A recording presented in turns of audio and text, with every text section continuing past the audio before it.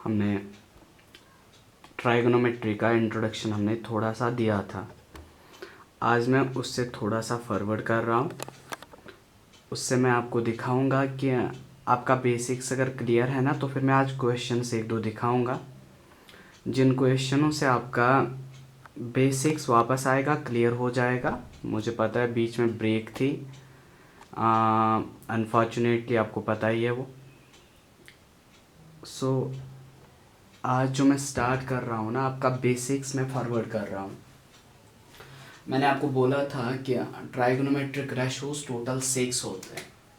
उनमें से सबसे पहले मैंने आपको बोला था साइन होता है, दूसरा मैंने बोला था कॉस, तीसरा मैंने बोला था टैन, फिर इसके बाद मैंने बोला था कोसेक, फिर मैंने बोला सेक, और लास्ट में हमारा होता है कॉट।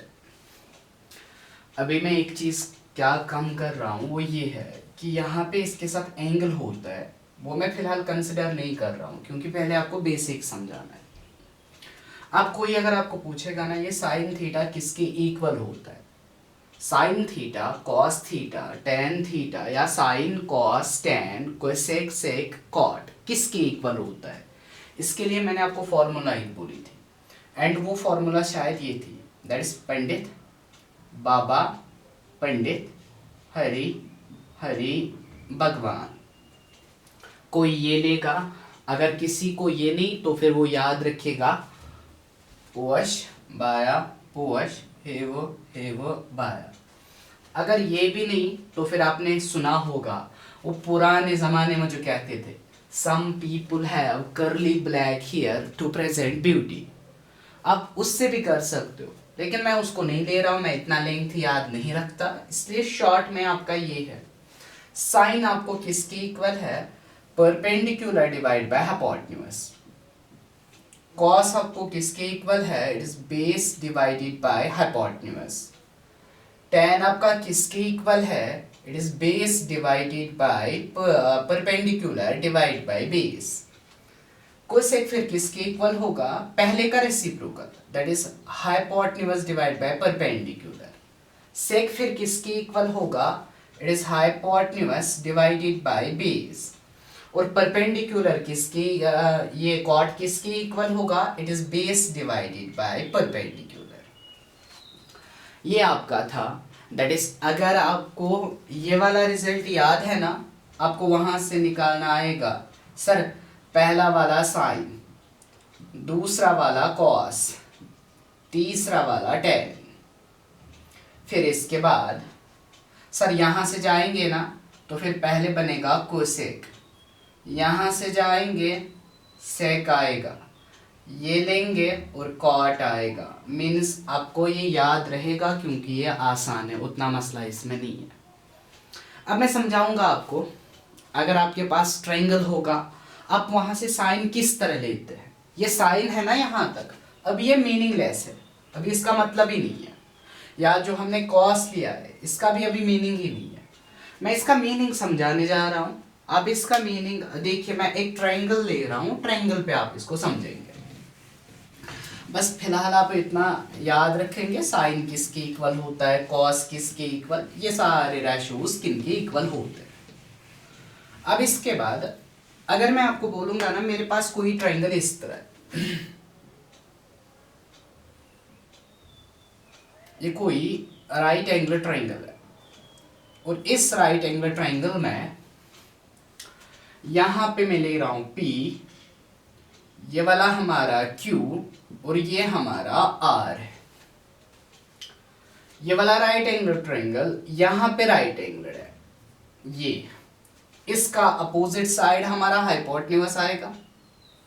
बेस और परपेंडिकुलर में आपको सोचना है, बेस और परपेंडिकुलर हमें कौन देगा वो आपको पता है। बेस एंड परपेंडिकुलर हम कहाँ से लेते हैं, that's by adjacent side. Adjacent side हम लेते हैं, एडजेसेंट साइड के बाद उस एंगल का अपोजिट वाला साइड क्या होता है, परपेंडिकुलर। एडजेसेंट वाला साइड बेस होता है। अब अगर मैं आपको बोलूंगा मैं इस एंगल को कंसिडर कर रहा हूं, इस एंगल को मैंने कंसिडर किया, यहां पे आपका एंगल आर है, मीन्स मैंने एंगल आर को कंसिडर किया। अगर मैंने एंगल आर को कंसिडर किया ना, तो फिर इस एंगल आर का अपोजिट वाला साइड बनेगा परपेंडिकुलर, ये वाला बनेगा परपेंडिकुलर, और इसका ये वाला side, this is adjacent side and this adjacent side is the base, ये हमारी बेस बनेगी। अब अगर कोई मुझे पूछेगा ना, यहां से मुझे ट्राइगोनोमेट्रिक रेशियोज निकाल के दीजिए, सपोज करेंगे this base is equal to 4 centimetre या 3 centimetre, perpendicular is equal to 4 centimetre, hypotenuse is equal to 5 centimetre.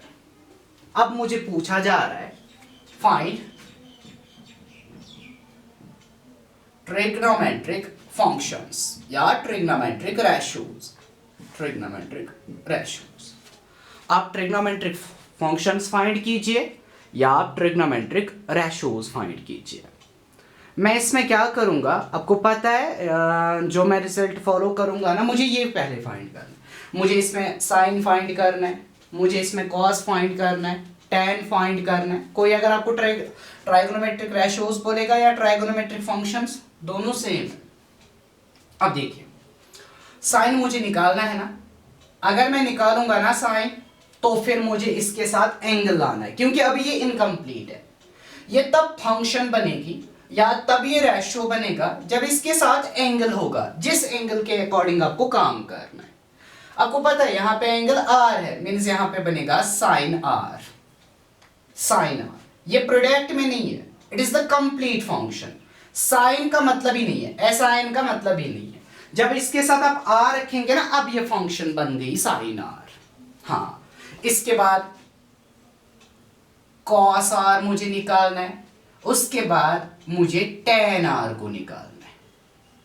पहले मैं ये 3, बाद में मैं और 3 बोलूंगा। साइन का आपने पढ़ा है, देखो फॉर्मूला आपकी क्या है,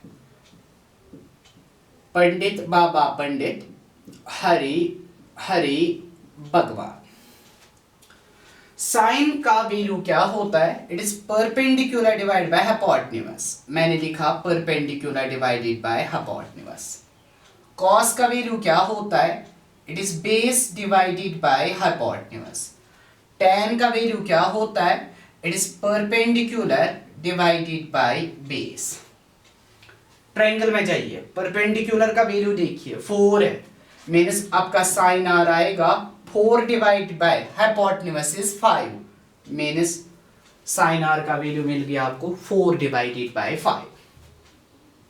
इसी तरह कॉस आर, बेस, बेस आपकी 3 है, means 3 divided bye 5। tan r, tan आपको पता है perpendicular divide by base, perpendicular is 4 divided by 5, 4 divided by base, base आपकी 3 है। ये आ गया। मैंने साइन निकाल दिया, मैंने कॉस निकाल दिया, मैंने tan निकाल दिया। अब आप अगर इनको रेसिप्रोकल करेंगे ना, अब आपको क्या चाहिए, कोसेक चाहिए ना, आप लिखेंगे यहां पे कोसेक आर, फिर लिखेंगे सेक आर, फिर लिखेंगे आप कॉट आर। ये किसके इक्वल होगा, हाइपोटेन्यूज डिवाइड बाय परपेंडिकुलर। ये वाला किसके इक्वल होगा, hypotenuse divided by base. Cot आपका किसके इक्वल होगा, बेस डिवाइडेड बाय परपेंडिकुलर। मतलब इनका reciprocal, because perpendicular divide by hypotenuse, यहाँ पे हाइपोटेन्यूज डिवाइड बाय परपेंडिकुलर, क्योंकि आपको पता है साइन का रेसिप्रोकल कोसेक होता है, कॉस का रेसिप्रोकल सेक होता है, tan का रेसिप्रोकल कॉट होता है। मीन्स इसका वैल्यू अब यहां से कॉपी पेस्ट करेंगे, 5 divide by 4, then 5 divided by 3, then 3 divided by 4 निकाला मैंने। ये आपका कंप्लीट क्वेश्चन है। मीन्स मैंने इस एंगल के हिसाब से काम किया। अब अगर मैं इस एंगल के हिसाब से काम नहीं करूंगा, मैं इस एंगल को कंसिडरेशन में लूंगा, तो फिर ये बनेगा परपेंडिकुलर, ये होगी बेस, हाइपोटेन्यूज एज इट्स है, हाइपोटेन्यूज कभी चेंज होता ही नहीं है क्योंकि ये लॉन्गेस्ट साइड होता है। ये है हमारा क्वेश्चन, मतलब इस तरह हमारा क्वेश्चन। अब इसके बाद मैं आपको एग्जाम्पल दूंगा, एग्जाम्पल के बाद मैं आपको सिखाऊंगा और आपको अपने क्वेश्चंस, एक दो क्वेश्चंस आपको आएंगे। देखिए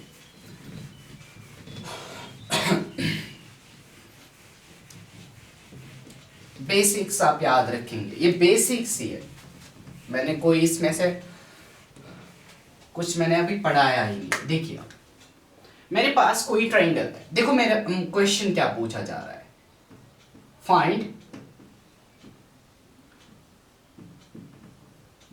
sine theta, tan theta and sec theta इन, देखो किसमें, sine theta, tan theta and sec theta, किस में मुझे इसको निकालना है, sine cos, sine tan and sec theta को इस वाले में निकालना है, ये वाला ट्रायंगल है।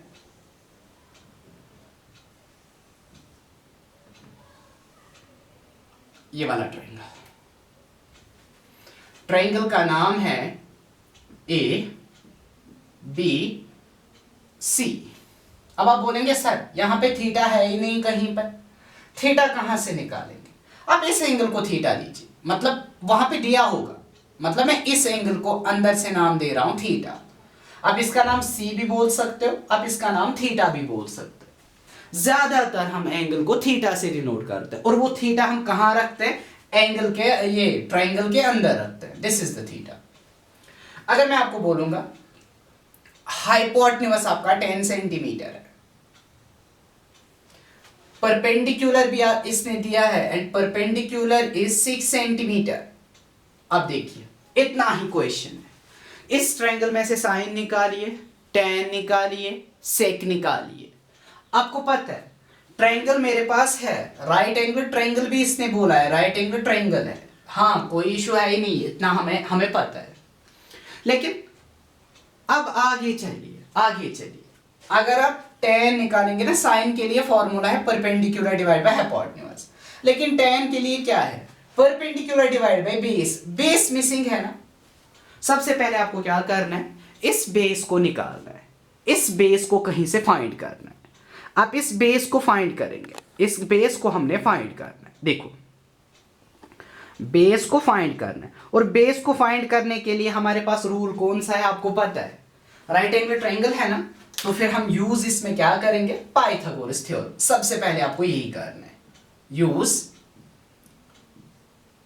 पीजीटी, मैं यूज कर रहा हूं पाइथागोरस थ्योरम। पाइथागोरस क्या स्टेट कर रहा है, पाइथागोरस हमें कह रहा है base square plus perpendicular square is equal to hypotenuse square. Base मुझे फाइंड करनी है, इसलिए मैं बेस स्क्वायर को ऐसे ही रखूंगा, प्लस परपेंडिकुलर, परपेंडिकुलर इज 6, ऊपर आएगा square, is equal to hypotenuse, hypotenuse is 10, ऊपर आएगा स्क्वायर। बेस स्क्वायर इसी तरह रखिए, 6 square is equal to 36 is equal to 10 square is equal to 100। ये हमारा आ गया 10 स्क्वायर इज इक्वल टू 100। अब इसके बाद 36 को शिफ्ट कीजिए, 36 को शिफ्ट कीजिए, आपको मिलेगा base square is equal to 100 minus 36, मैंने इसको शिफ्ट किया, प्लस माइनस बनेगा। Now base is equal to, square था ना, मैंने स्क्वायर को शिफ्ट किया, स्क्वायर यहां जाके क्या बनेगा, रूट।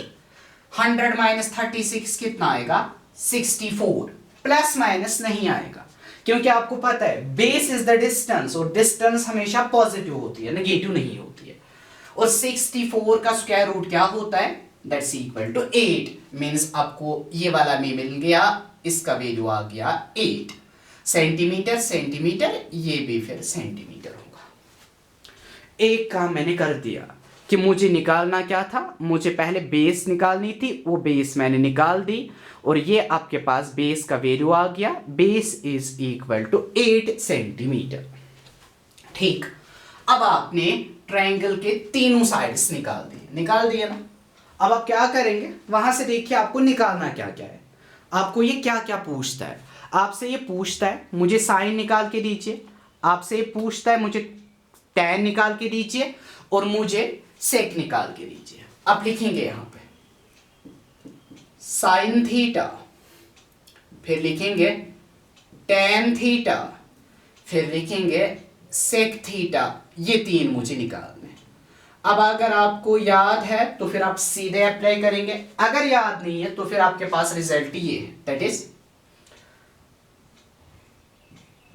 पुश बाया पुश हेव बाया। ये है साइन थीटा किसके इक्वल होता है? Perpendicular divide by hypotenuse.